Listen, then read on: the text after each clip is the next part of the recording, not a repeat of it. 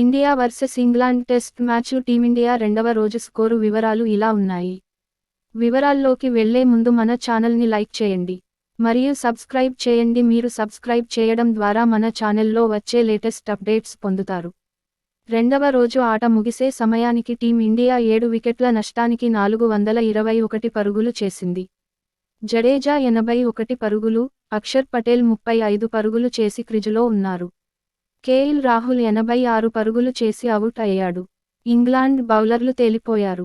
Tom 2 వికెట్లు, captain route కూడా 2 వికెట్లు తీశాడు. జాక్ 1 వికెట్, అహ్మద్ 1 వికెట్ తీశారు. రెండో రోజు ఆట ముగిసే సమయానికి టీమిండియా 175 పరుగుల లీడ్లో ఉంది. జడేజా అండ్ అక్షర్ పటేల్ 63 పరుగుల భాగస్వామ్యంతో ధాటిగా ఆడుతున్నారు. ఇంగ్లాండ్ బౌలర్లకు చుక్కలు చూపించారు. ఈ టెస్ట్లో టీమిండియాకు దాదాపుగా 9 మంది బ్యాటర్స్ ఉన్నట్టే.